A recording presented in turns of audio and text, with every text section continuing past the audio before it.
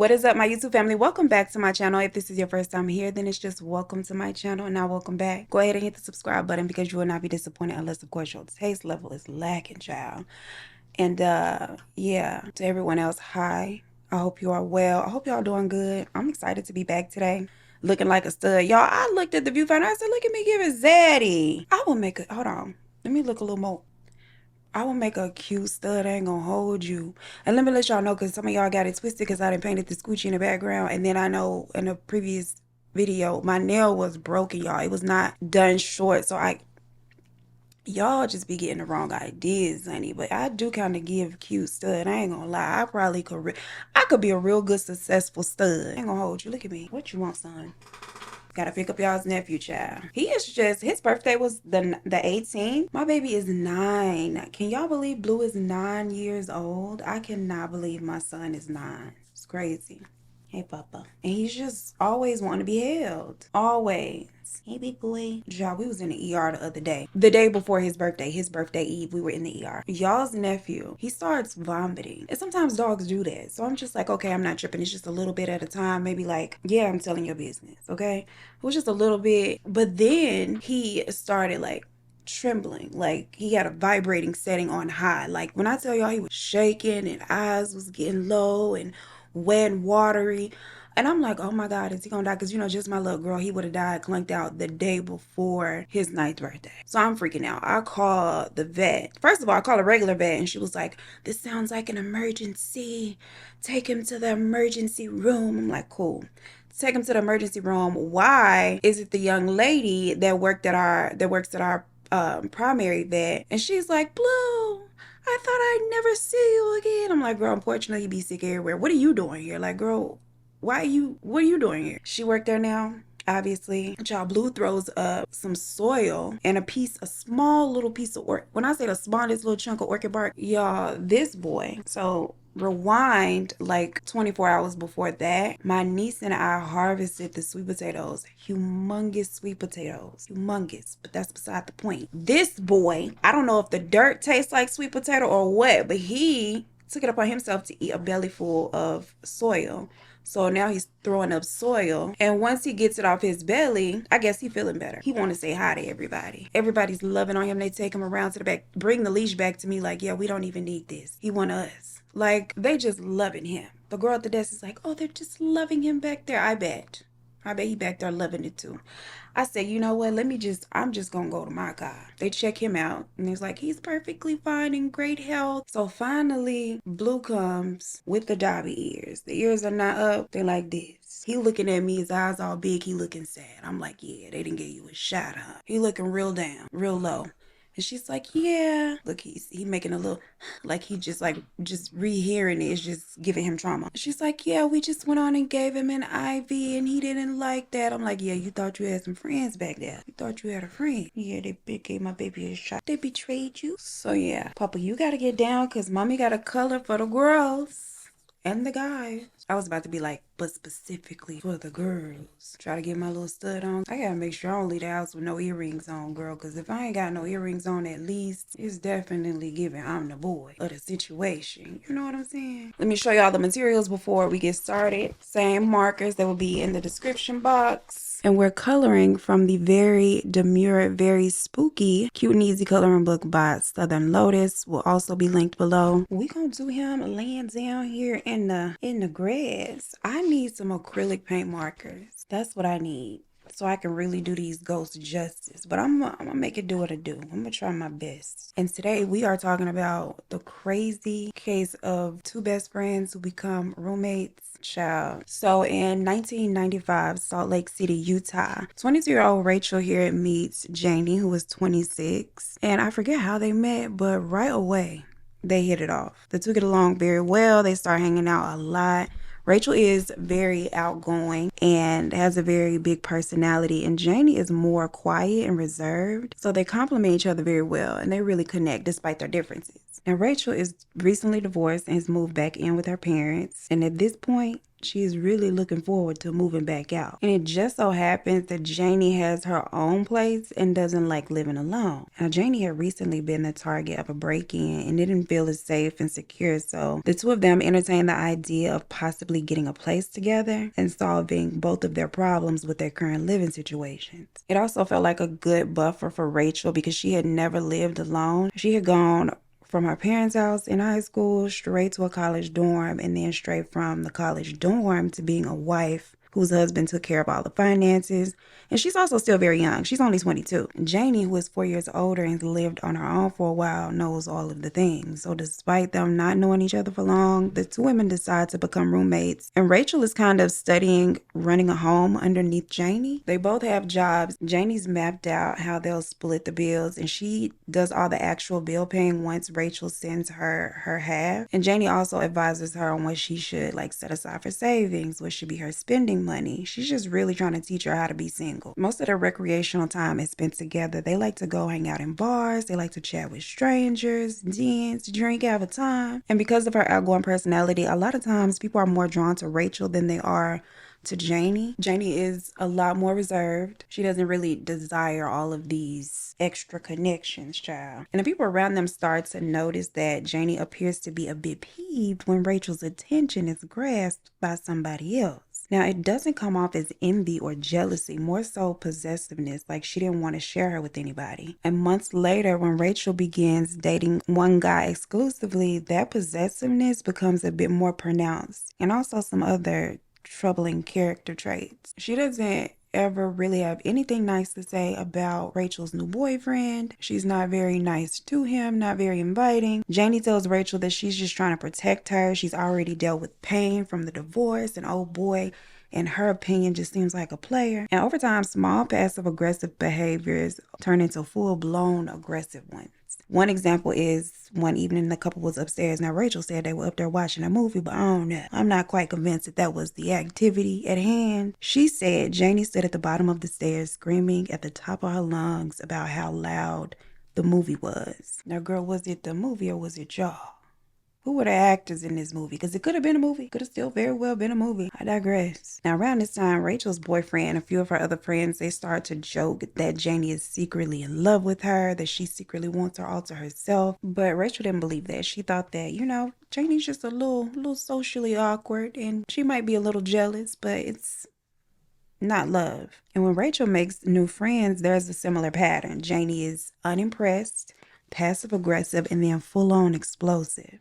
Janie does admit that she may be a little jealous, but she tells Rachel it's because Rachel's her family and she doesn't want to lose her, and she cares about her, and she just doesn't want people to come around that's going to hurt her. Now, gradually, Rachel's social life outside of Janie kind of dwindles, and the two remain living together, still spending the most of their time like hanging out together, just as a pair, duo, all the time, besties. Rachel gets a job as a paramedic, a job that she works for 6 years before injuring her back and not being able to work. And this happened in 2010. This is now 15 years into their friendship and living situation. Now, Janie had never had an issue paying more on the bills, and Rachel always had something to contribute. But now with her back injury, not being able to lift more than 10 pounds, that is not the case. And Janie is having to carry more of the financial weight. Then at what seems like the absolute worst time, right after Rachel finds out that she is pregnant, and the father is not wanting to be in the picture at all. So she's now a single mother pending,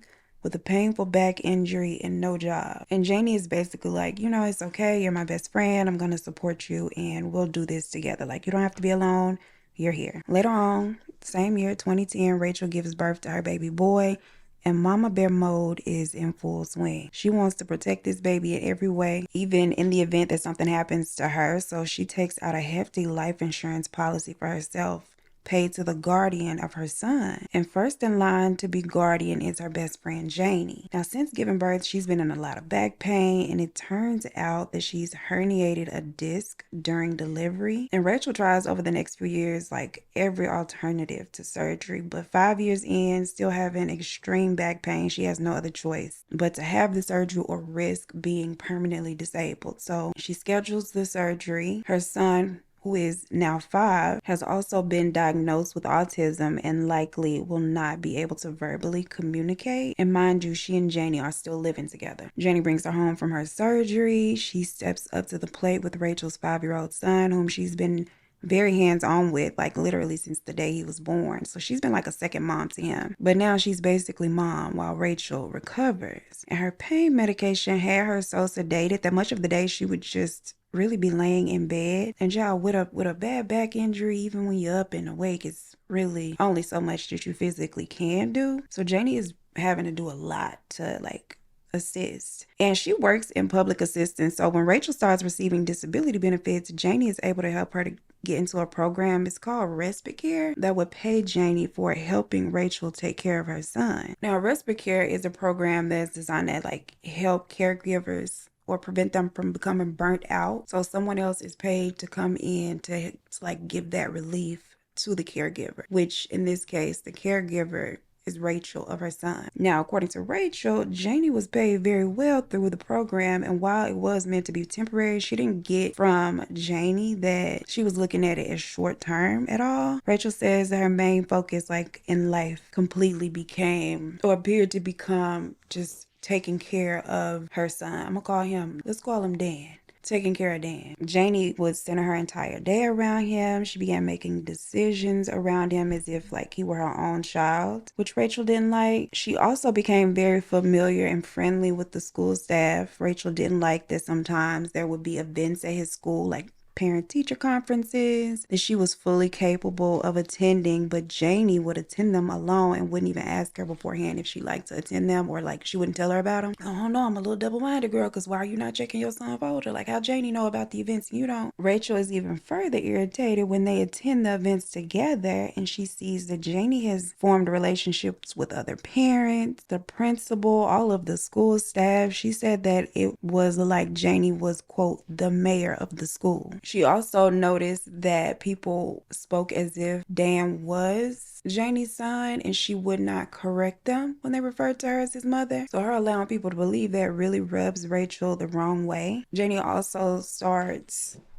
taking Dan to work with her, like on the weekends sometimes. There will be times where now that Rachel has gotten better and she feels better and, you know, she can go to the park on a good Saturday, she would rather have her son and do things with him, but it would clash with plans that maybe Janie has for him. Janie might want to take him to work. And so they would debate on who gets him, who gets to do the thing. And then Rachel will pull the birther card, the big joker, and take little joker, and it would just be that. But Janie never liked when she would say, hey, like, this is my actual child. I shouldn't have to debate you on what I want to do with my son. Like, I'm his mother, girl. Let's keep that in the forefront. And while Janie does not appear to like it, she really had no other choice but to comply. Now, over the next 3 years, Rachel has 6 additional back surgeries. Then she fell and injured her neck. Had to have 2 additional surgeries to repair that. So in the summer of 2018, she's recovering from that second neck procedure, and Janie is taking care of Dan and her as well. And he's about 8 now. She is taking him through his daily routines. She is also administering some of Janie's medication as well. And she's keeping a log so that there aren't any mishaps, because sometimes she would, meaning Rachel, she would take them herself and she didn't want to accidentally double up. Well, one Saturday, she wakes up from a nap and it's time for her to take her medicine. No one is home.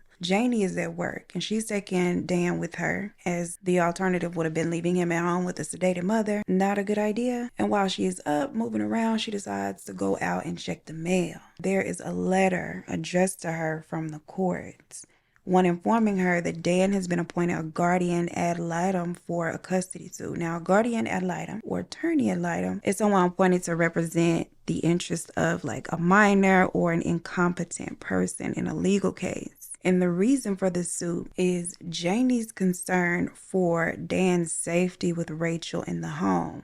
So reading this, Rachel is confused because, like, what is this? She calls Janie right away and asks, are you suing me for custody of Dan? And there's a long pause on the line, real quiet, before Janie very calmly says yes. And then there's another brief moment of silence before Janie just hangs up on her. And Rachel, not long after that call, gets a call from an officer telling her that although she hasn't been served yet, there is an order of protection that Janie has filed against her, and there's a stay away order for a minimum minimum of 100 feet in distance. And because that house is Janie's house, Rachel would have to leave, like right now.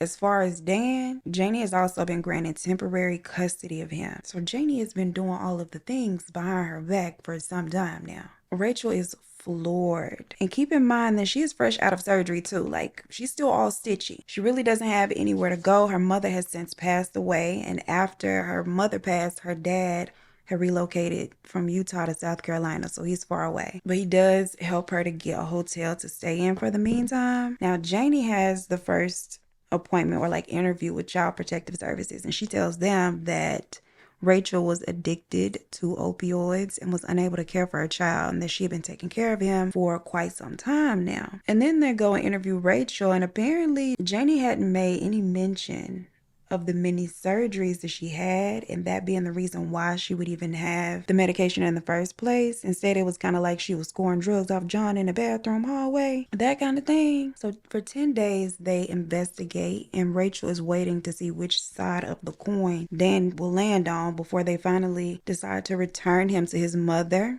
as there was no imminent threat, at least not one that they could see. So she gets her child back, but they still have nowhere to live. And mind you, Rachel still has not experienced living on her own. She and her son move into a family shelter, which was a major adjustment for Dan. He didn't like it. He had spent all of his time in that house. That was all he knew. He spent a lot of his time with Janie. She was very hands-on too, with like helping him learn to express himself and teaching him things. And so he really missed her, and he really wanted to go home. But they end up spending 6 weeks at the shelter while Rachel tried to figure out like what the next best steps would be for them. Then one day, out of the blue, Janie calls Rachel and asks if she could see Dan. It's been all of these weeks, child. She wants to see him. She misses him. He had still been asking about her literally every single day, so she agrees to meet at a public park with him. And when they get there, Janie apologizes to Rachel, and she tells her that she was in this really dark place, and that what she did was a mistake, and she now sees the error of her ways. She asks Rachel to come back home. Now, Rachel says yes, because she says she knew that Dan wanted to go back home, and he was so excited to see Janie, and she genuinely was excited to see him as well. And she herself said that she wanted to go back to the house. Like, she was not enjoying her time at the shelter either. She has another surgery coming up that she knows that she'll need help with, and Janie is the one person that she trusts 100% to help her take care of her son. So all things considered, they pack their bags, they return to Janie's house, and things appear to go right back to normal. Is much happier, he's more relaxed, and he is back to progressing in his learnings. Then in May of 2019, Rachel has her surgery, and her incision, as you can see here, is along the back of her neck. This incision needs to be cleaned, bandages need to be changed, and that's kind of difficult to do with the position. So Janie steps up to the plate to help take care of her, cleaning it and changing the bandages for her. One thing that Rachel noticed that Janie would do when she was tending to the wound is rub it some. And she asked her, like, what's the rubbing part? Like, what are you doing? And Janie would tell her, oh, nothing, and she just kind of, brushes it off. Rachel brushes it off as well. Fast forward weeks after the surgery, her incision starts to hurt more instead of like continuing to feel better. It's like regressing. And the pain is becoming more and more unbearable by the day. And she asked Janie to take a look at it and let her know if she should like have a doctor look at it. Is there need for concern, cause for concern? Janie tells her that it looks fine to her. Like, everything looks normal. She doesn't see anything back there to worry about. Now Rachel lays down, and then her neck begins to swell up, so much so that she starts to feel pressure on her windpipe. So she goes right away to urgent care because, folks got to be able to breathe. And when the doctor removes her bandages, he jumps back at what he says looked like blue cheese coming out of her wound. A massive infection. Now, he calls for an ambulance so she can go to the ER right away. He said he couldn't do nothing with that, okay? A culture is done, and it comes back as MRSA, a bacteria that is very resistant to antibiotics. And there are a few antibiotics that you can toss in there to kind of battle it down, but it's nothing that will like completely take it out. And at the point in which it is now progressed, on her, it could be deadly. MRSA is a staph infection that is often contracted from the hospital. So they are like, girl, you likely got this from the hospital. They give her one of the very few antibiotics. It might be the only one. Start with a V. I don't know the name, but they give her the one that like can help treat the symptoms. And this one ends up attacking Rachel's white blood cells, making her extremely ill. She is in the hospital. Janie is coming to see about her. Janie's also taking care of Dan at home, and it gets so bad that she and Janie have a conversation, like a real difficult, deep conversation about what should be the next steps if she does not make it out of the hospital. Rachel really did not believe that she was going to make it out of the hospital, but she actually does fight off the infection, and she's able to return home to her son and her best friend. Now, June, the next month, Rachel is in bed again, and Janie is handing her medicine, and then the next thing she knows, she wakes up in the hospital. The medical staff tells her that her blood sugar had dropped to 13. Child, not the duck lips from the hospital bed, child. Ew. Rachel had never had any issues with her blood sugar. She has no diabetes, not even a piece, nothing. Not a 1, not a 2. They keep her under observation for 48 hours and she recovers fine, but they are not able to explain or figure out like why her blood sugar would have dropped. It returns to normal. It's like it never happened. So they end up releasing her. Now, this is Sunday that she goes home. Tuesday, she opens up her eyes again and she is back in the hospital. Again, her blood sugar has dropped tremendously and mysteriously. And this time, they keep her there for a total of 8 days before releasing her because they really wanted to like see if it'll happen again and try to pinpoint why. But it doesn't. It returns to normal. She's perfectly fine in the hospital, so they send her home. And then 3 months later, she has another episode. Blood sugar below 13. And the medical staff is like, there's no way that this is just happening. Like, there's no way that this is just happening and you're not at home taking a bunch of insulin, like at once. They have run all kind of diagnostics on her and all the labs, and she is fine. Like, nothing else would make sense.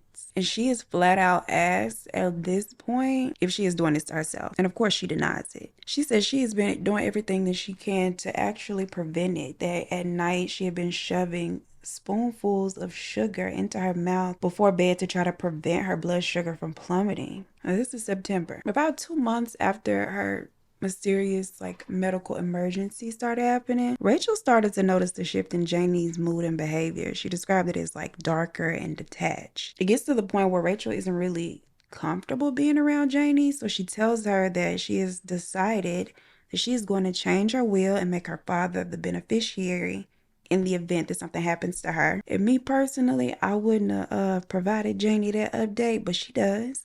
And she also tells Janie that she thinks there needs to be some space between them and plans to move out for at least a little while so they can have that space and work on their friendship, which has again been strained as of late. Janie has been really agitated lately, very annoyed, and Janie hears her and she says okay, but she asks her to just stay at least until Christmas. Don't leave before the 25th. Now, Rachel is a mom, of course, and she's thinking about her child as well. And so she's like, you know what? It doesn't sound like a bad idea or too much to ask to stay until Christmas and allow Dan, to have home familiarity and Janie on Christmas morning. Now, December 12th, the weapons of mass destruction program of the FBI is informed by an undercover agent that some little naughty body has been trying to purchase Versa on the dark web. Versa, like MRSA, is also a staph infection. It's actually a strain of MRSA, but like one that's mutated and has developed additional resistance to antibiotics. So like those 1 or 2 that might work to fend MRSA off a little bit, they don't work with Versa.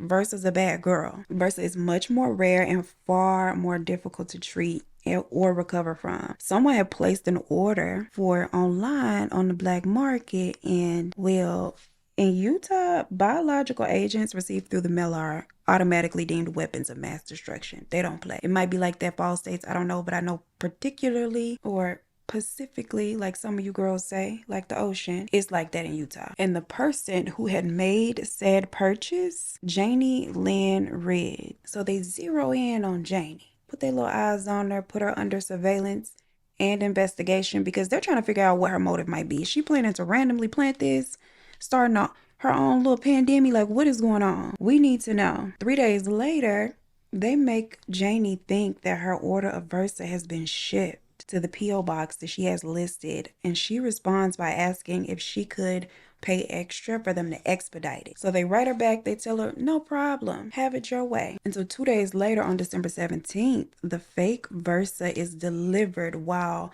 FBI agents sit outside in a little car waiting for Janie to pick it up. And sure enough, she pulls up in this little white car and walks out moments later with the box tucked underneath her arm. The agents then follow her. She goes to her job. They give her a few moments to get to her desk and get settled in, and then they go inside and ask if they can have a word with her. Now, they start with the test question to see if she'll lie, asking if she had picked up a package that day. And she admits to picking up a package, but Mama does lie.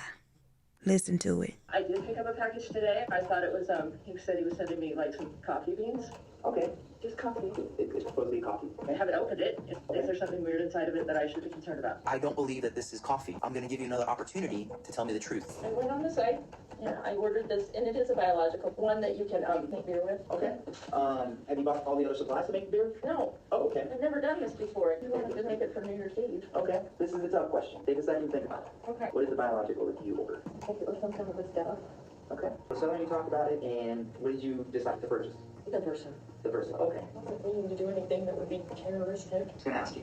Okay. Did it ever cross your mind to use biological agent on Rachel? No, I wouldn't even know how to do that. No, she's my best friend, and whether we argue or not, she's been my best friend for 25 years. I love her like a sister. I don't want to kill her. I know you don't believe me, but I don't. They already have enough to charge and detain her, so they throw cuffs on that girl. And here's her mugshot. The following day, agents show up to Rachel and Janie's house to inform her that they have a search warrant for the house, and they question Rachel about whether or not Janie's ever made beer, if she was into science and experiments, and she's saying no, and she's also very confused. And they tell her that Janie is in trouble, that she's been arrested, and immediately Rachel is telling them, like, this must be some kind of misunderstanding. She is not the type to break a law. She would never do anything illegal. She's a good girl. All of these things. And she even cries as she's advocating for her friend, trying to convince them that her best friend of 25 years that she knows more than anybody is a good person, would never break a law. She also says that she can't believe Janie has been arrested and hasn't called her. And the agents are like, ma'am, we can believe she hasn't called you because Miss Thing was trying to kill you, okay? She ordered Versa online. Here and there, Rachel's like, oh yeah,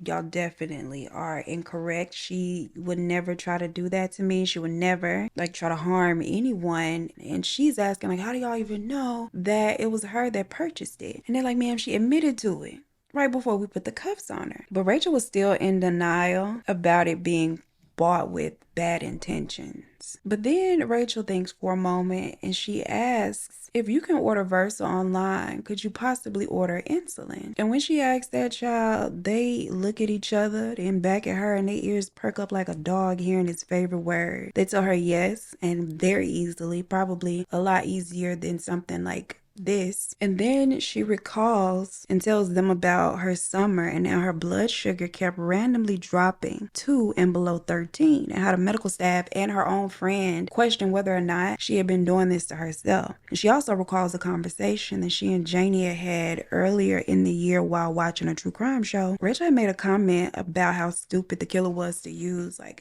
a poison, I think maybe like arsenic, something like that, I don't know. And Janie asked why that was, like why wasn't that a smart thing to do? And Rachel explained that it is smartest to use something that naturally occurs in the body, like insulin. There won't be a red flag in any like post-mortem examinations. The presence of something that naturally occurs in the body, even in excess, likely won't be looked at as like suspicious or suspicious death. And so she essentially had taught her own best friend and roommate how to potentially kill her and get away with it. Now, Mama's wasn't smart enough to carry it out, so here we are today, but eerie nonetheless, right? And they find that Janie had also purchased sedatives and insulin injector pens. One was found inside of the house. It had been used, and they tested the DNA on it and it had Rachel's DNA inside of it. Janie was also behind the first infection. When she got MRSA, it wasn't a staph infection that she had gotten from the hospital from having surgery. Her best friend was back there rubbing it literally into her wound. So in all, there have been 5 different times within the span of the last 7 months that Janie had made an attempt on Rachel's life that they know of. And has she been able to pull it off any of those times that landed Rachel in the hospital? It would have looked like a naturally occurring death. It wouldn't have looked suspicious at all. Just like an infection from surgery or a spike in insulin. She likely would not have even had an autopsy, and then Janie would have been able to ride off into the sunset with an insurance payout and this lady's child. Now, Janie Lynn Reed was charged with aggravated abuse of a vulnerable adult, attempted aggravated abuse of a vulnerable adult, and attempted acquisition of a biological weapon. August 25th of 2020, she accepted a plea deal where she would plead guilty to the first 2 and then the weapons charge would be dismissed. She was also ordered to pay $1,000 plus interest and restitution. She ended up serving 2 years and 1 month in prison before being granted parole and released in January of 2022. So she's still out here among us, y'all. Sheesh. And in an undated recording of a phone call from the Salt Lake County Jail, she is heard saying, quote, "I know what's going to happen. I'm going to end up out of here. I'm going to find a way to get him away from her. He needs to come back to me now." I know what's going to happen. I'm going to end up out of here. I'm going to find a way to get him away from her. He needs to come back to me now. Isn't that creepy? Prayers for Dan, child, and Rachel. Child, the ghost a little janky, and I did mess up one of these squares. But this what we got. Okay? This is what we got. I don't know why I do this. I don't know why I pick it up and show y'all when it's a camera overhead. That is the picture, y'all. This case was so crazy. One of y'all left a comment that was like, "I love everything you do. I don't care what you talk about. I don't even care if nobody dies. I like when we do something that nobody dies." And I'm like, I wish I had a screenshot of the comment, but I didn't. But this one is for you, baby. This one is for you. Nobody died. I hope everybody alright, except Janie. Y'all, that is it for this case. Let me know your thoughts down below. Like the video before you leave. Subscribe to the channel if you haven't. As always, I appreciate y'all. Don't get on my don't PMO. I'm racing against the clock to get this uploaded before Friday at noon, because Friday at noon, November 21st, I will be live co-streaming a game. Me and my girl are gonna play Plate Up, and we will be dual streaming her over on Twitch. She's a streamer, and then I will be streaming it here for y'all to hang out and chat and play, shout, and see me struggle. Okay, so if you're interested in that, meet me back here. As always, I appreciate you so much for spending your time with me, and I look forward to seeing you in the next one. Peace. Y'all be safe. Be safe and be kind. Oh, obviously I did not get it done in time, like before the stream. It's already happened. I did grab some clips though from the stream. So if you're interested, I'm about to edit them into this video after the bloopers. If you want to watch the stream in its entirety, there's a link in the description box for you to catch over on her Twitch channel. It's there. We will be doing it again. I'm not sure when, but I'm going to need some of y'all over there, because our audience, they were real kind, real welcome, and real chill and sweet. But they didn't allow for me to cheat. They did not help me cheat. They weren't susceptible to my gaslighting attempts. Like, I was real alone over there. I'm going to need y'all to come bag me up, okay? Come bag me up the next time. Shout out to her, shout out to Queen, everybody in her chat that was there supporting and sweet, and to the vibes. And I hope to see some of y'all there next time, okay? Help me cheat. Come help me cheat, y'all. Hell, come help Mother win. I was down bad a lot of the time, okay? I need some of y'all. I need that good energy, that support. But yeah, I hope you enjoy it. I hope you enjoyed this video. I hope you're having a great day, good weekend. I love you, and I will be seeing you in the next one. Look at Blue still down there in the business. Hey, son, my baby. He just want to be held and loved. My sweet honey. Oh, my goodness. Not y'all finna hit the kids trying to get to school. They, of course, have agreed on what be. Gradually, Rachel and she asks Janie. No, she is Janie. Her incision. I was thinking about stitches when I went to say that. I'm not dumb. She has another episode. Blood sugar, child. Medical staff is like, there's no way that this is just happening. Like, are you not taking a bunch of like, do you? I guess I'm flustered like they was flustered, child, because they've run all kind of diagnostics. So they zero in on Janie. They put her under surveillance. They put her under surveillance. It's like a mixture of surveillance and investigation. December 17th, just 2 days later, when she got MRSA, it wasn't contracted. Janie Lynn Reed was charged with aggravated abuse of a vulnerable adult, attempted aggravated abuse of a vulnerable adult, and attempted. Did I just say the same thing twice? Hello? Oh. I'm a hunter again? Ew, hold on. We're not on the team. You're a prop? Yeah. Bro, I'm about to cheat and look at your stream. Where you at? She Hold on.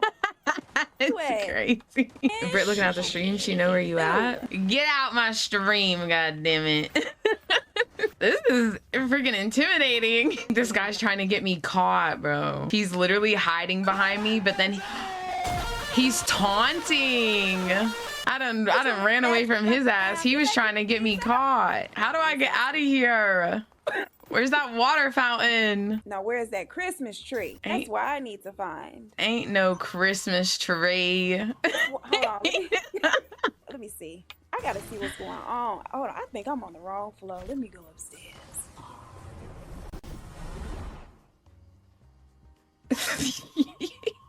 Yeah, let me. I can't believe I realized that late that I could just look at your stream and just find you. I'm so disappointed.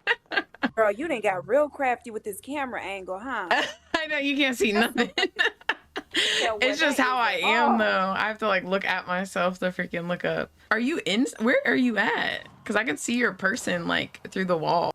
Let me see. Get out of here. She upstairs or there. Put a 1 in the chat if she's downstairs. A 2 if she's upstairs. Stream sniping is wild. 3. Oh, 3? Look, that wasn't even an option. I see whose side you on. I'm new here. This how y'all treat me? This how you treat a guest?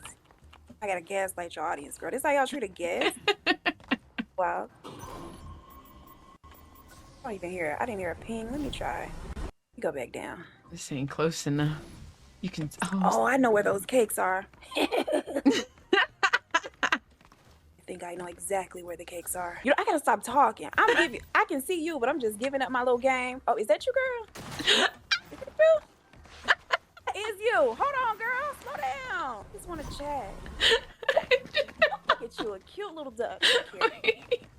Here, little ducky. Where are you? Let's hear you squeak, duck. Let's hear you squeak.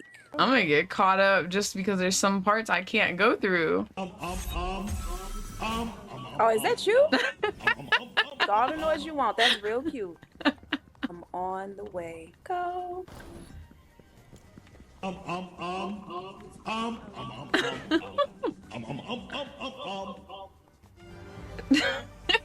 Damn. This is hilarious. Y'all have to play together more often. You should have seen us. We should have got on stream while we was trying to get ready for stream. God damn it. Okay, that was a mess. Nothing was on our side. Bella Marie. That's funny. That's my middle name.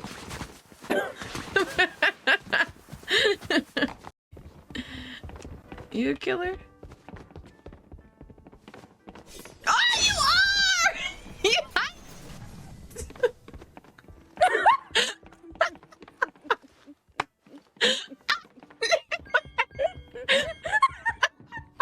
And what? And Why are you standing so close to me? then look, I'm over here hitting the button, girl. I couldn't even get it to pop out. I'm just standing looking You down. be getting quiet whenever you're focused. You, instead of responding, you be like, mm-hmm. Even right now, look how focused you are. Not gonna shooting the wrong person. Indeed. They helping me out. You got them working for you. This is the best round I've ever played as a killer. Look at me. Oh, come here, cowgirl. You know about me? Oh my gosh. So thank you for the check-in. Oh, he don't know for sure. Yeah.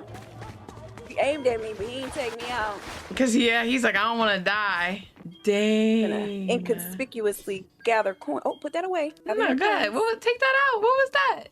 Oh, nothing. I should have known because you got quiet and you were standing too close. Should have known. Oh, I got one. Come back here.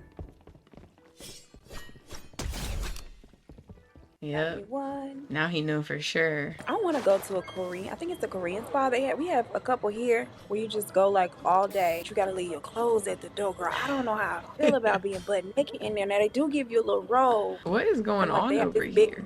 pit of like these small beads that you're supposed to get in. I think they're warm. Mm-hmm. But you take your clothes off. Like you can't get in with your robe. And some things I'm just like, how many people balls been on these little balls? Like how many genitalia have rubbed against it? And that's why I haven't been yet. Because when I say I want to go, I got too many questions. Right. Oh, I'm freaking dead. I got you. And dancing on me. Wait, were you the killer? No, I got killed. Oh, okay. Killy. I was the sheriff. You didn't know you was the sheriff the whole time? I didn't see my name. The whole time? You could have saved us? I died for nothing? I didn't even see no freaking murderer though. I think the wipeout's hard. You be crashing out at games. You be getting frustrated. I wonder. Girl, I don't think I'm gonna make it. I wonder if it'll mess up the momentum.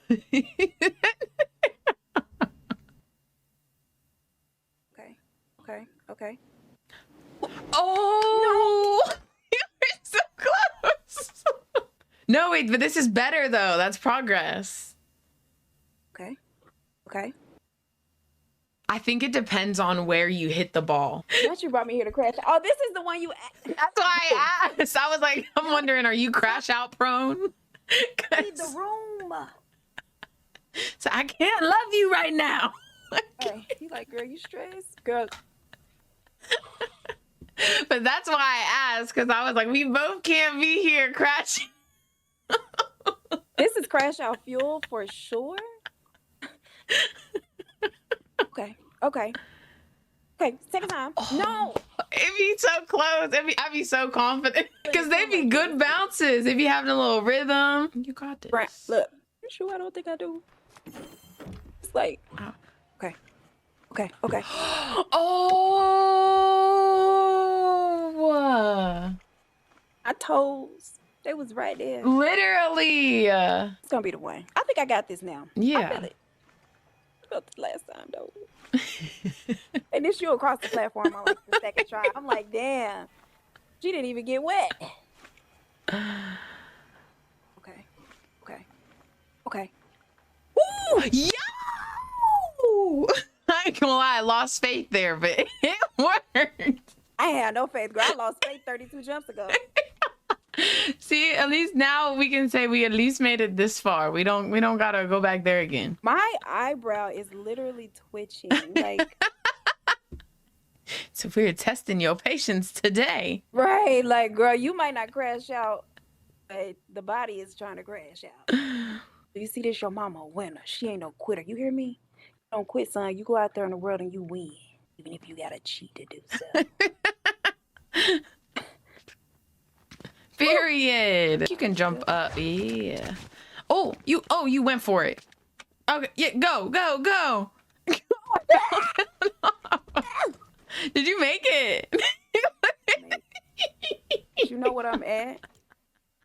You know what stands before me?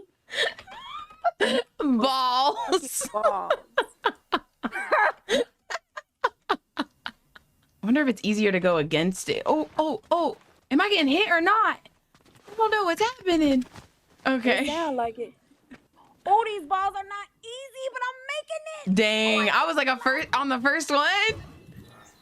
Oh wait, my hops aren't hopping. Okay. Oh my gosh. Made it across? I don't know how, because every bounce kept being farther back. Like I didn't think I was gonna make it.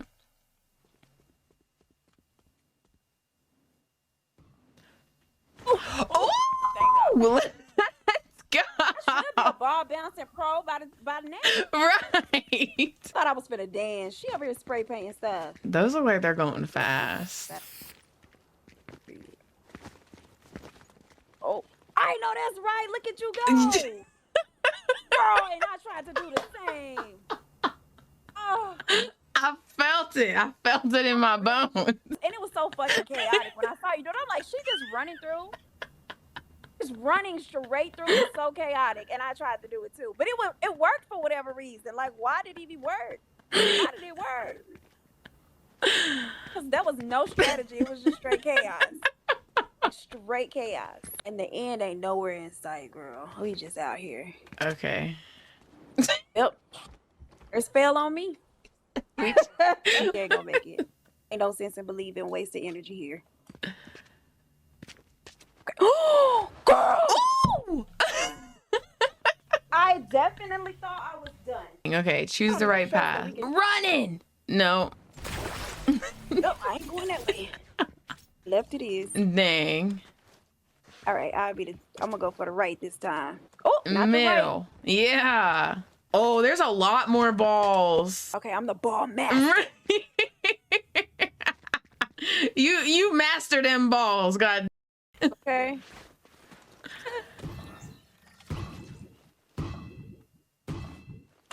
Oh my gosh, you got this. Ooh.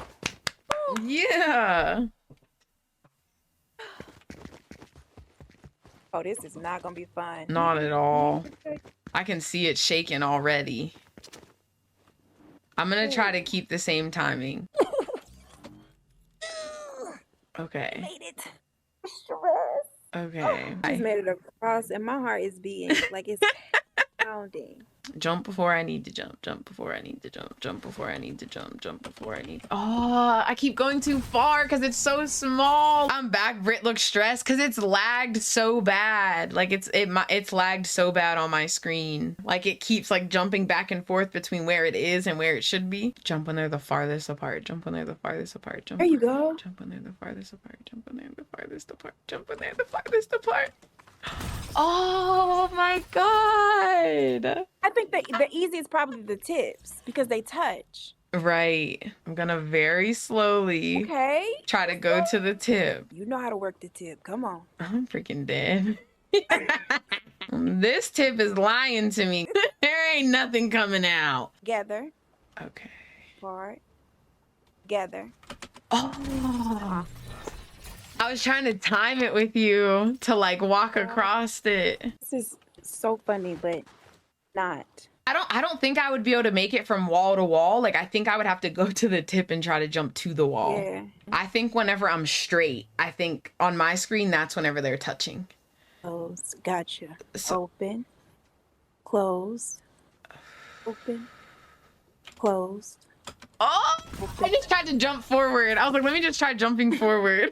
Just a little tiny jump. Whenever I'm straight, I'm just gonna try to walk. Yeah, Britt's waiting for me to get to her. Yeah. I'm trying to stay in the middle because you would think that the middles would be like. So you trying to stay on the shaft. I'm telling you the tips for me. Okay, we'll try again. We'll try the tips again. Come up the shaft. Damn it. Okay. The tips. Yeah, I think we leave because these bars done got me. Okay. You did the best you could do. Right, with what I had. Exactly.